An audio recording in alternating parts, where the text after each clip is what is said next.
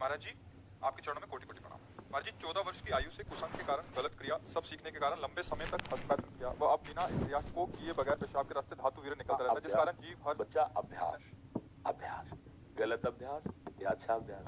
देखो आप गलत अभ्यास में पड़ गए, इसलिए हम प्राय चीख चीख के इसलिए पढ़ा कि उन्होंने बोला 38 दिन जीव का कोई दिनचर्या नहीं, पढ़ाई भी छोड़ दी और आत्महत्या करने का मन होता है, जैसे आप कहते हैं महाराज जी। जय श्री राधा महाराज जी। महाराज जी, इस बच्चे की मैं माता जी हूँ, इसके पिताजी नहीं है पिछले 4 साल से। तो ये बच्चा, इसका इलाज भी चल रहा है दिल्ली एम्स से, तो डॉक्टर्स ने मना कर दिया कि हमारे पास ट्रीटमेंट नहीं बचा है, वो इसको करंट के ऑर्डर्स कर दिए थे। ये बातें तो हम चीख चीख के पहले से बोल रहे हैं, जबकि हम तो भगवत मार्ग के प्रति की इस गंदी वार्ता को क्यों सुने, क्यों बोले।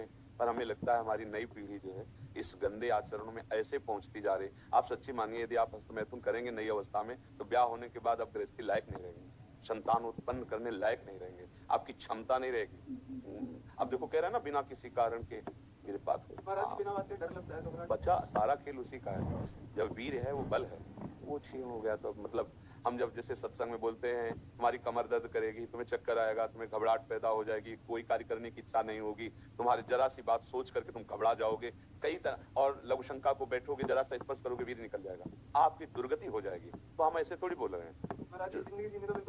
हाँ, लेकिन अगर आप हमारी बात मानो तो अभी कुछ नहीं बिगड़ा है, सब ठीक हो जाएगा। आप अच्छे आदमी बन सकते हो, आप स्वस्थ बन सकते हो, क्योंकि अभी आप में इतना आत्मबल है कि अपनी कमी को समाज में कह दिया। देखो अगर बहुत वैसे सोचो ना तो हिम्मत नहीं पड़ेगी ये बात कहने, क्योंकि गंदा आचरण है ना, लेकिन तुम्हारे अंदर अभी आत्मबल है, तुम अभी सुधर सकते हो। पहला नियम कि कैसी, जब तुम मरने के लिए तैयार हो, एक बात समझो, तो तुम इससे ज्यादा और कष्ट कौन सह सकते हो। जिसने मृत्यु का वर्ण कर लिया, तुम तब सबसे बड़े कष्ट को सहने की हिम्मत आ गई। तो तुम हस्तमैथुन के लिए अपने हाथों को संयम में रखो।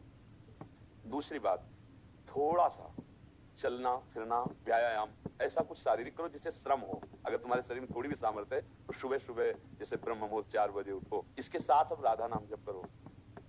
थोड़ा सत्संग सुनने का समय रखो, 20 मिनट 30 मिनट सत्संग सुनो, और उठते बैठते चलते फिरते राधा राधा राधा राधा। केवल व्यायाम बुद्धि को शुद्ध नहीं करेगा, वो तो शरीर को पुष्ट करता है, लेकिन जो आपकी स्मृति में बैठ गया है कि जनेंद्रिय जनित सुख, उसको हटाने के लिए तो नाम ही है, दूसरा कोई बल नहीं है। महाराज जी, कोई गंदी चीज नहीं सोचता, मैं बिल्कुल माइंड प्योर है मेरा। जो गंदे अभ्यास में नहीं है उनका मन परेशान करता है। तुम ऐसे सिद्ध हो गए कि तुम्हारा मन स्मृति सुन, परेशानी क्या, मरना क्यों चाहते हो? नहीं महाराज जी, मेरा वो वीर क्यों निकलता है पेशाब के साथ। फिर मतलब क्या रहेगा, जब स्मृति शांत है तो वीर क्यों निकलता है? अभी तुम बच्चे हो, समझ नहीं पा रहे जो हम कहना चाहते हैं। कहीं ना कहीं हाँ, कहीं ना कहीं मन हमारा अभी ठीक नहीं है, हमारी स्मृति अभी ठीक नहीं है। हमारी बात मान, राधा राधा कहने में कोई परेशानी रहेगी क्या? आज से मित्र मान के, हमें दोस्त मान के, जैसे आपने बताया। सब कुछ मानते हैं। हाँ ठीक, मान लिया, पर हमारी बात मान लो, तब मान लिया कि हाँ आप हमको मानते हो। राधा राधा राधा राधा राधा, सब श्री जी के नाम में अपार सामर्थ्य है। 2-4 दिन करके वो मत जाना कि हम 4 दिन से राधा नाम जपा बंद नहीं हुआ।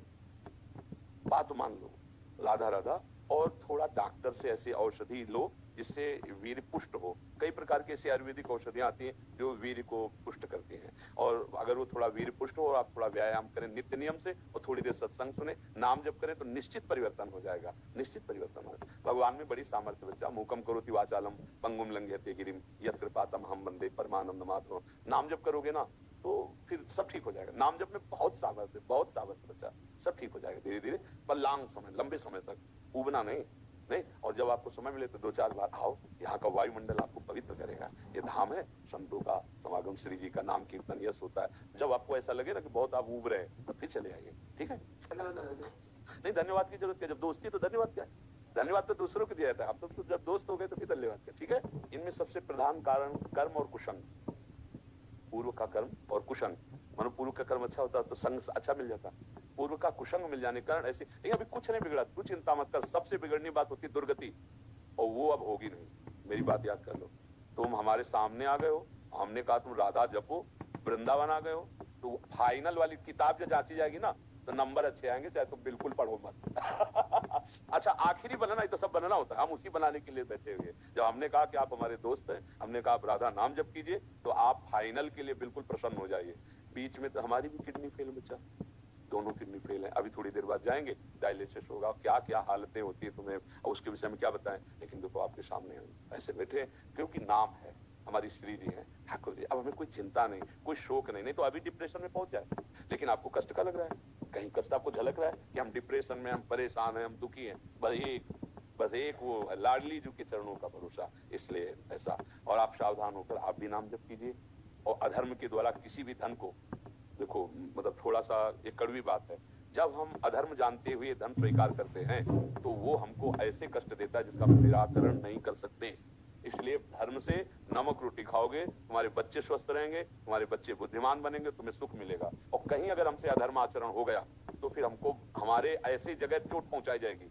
हम तो सह सकते हैं हमें मारो, लेकिन हमारी ऐसी कोमल जगह मारा जाएगा जैसे बच्चा। अब इसकी पीड़ा देखकर तुम चाहे जितना प्रसन्न हो, जब घर आओगे तो आपका हृदय चल जाएगा कि यार किसके लिए करूं, किसके लिए करूं, मेरा जीवन क्या है। कोई ना कोई कर्म ऐसा जो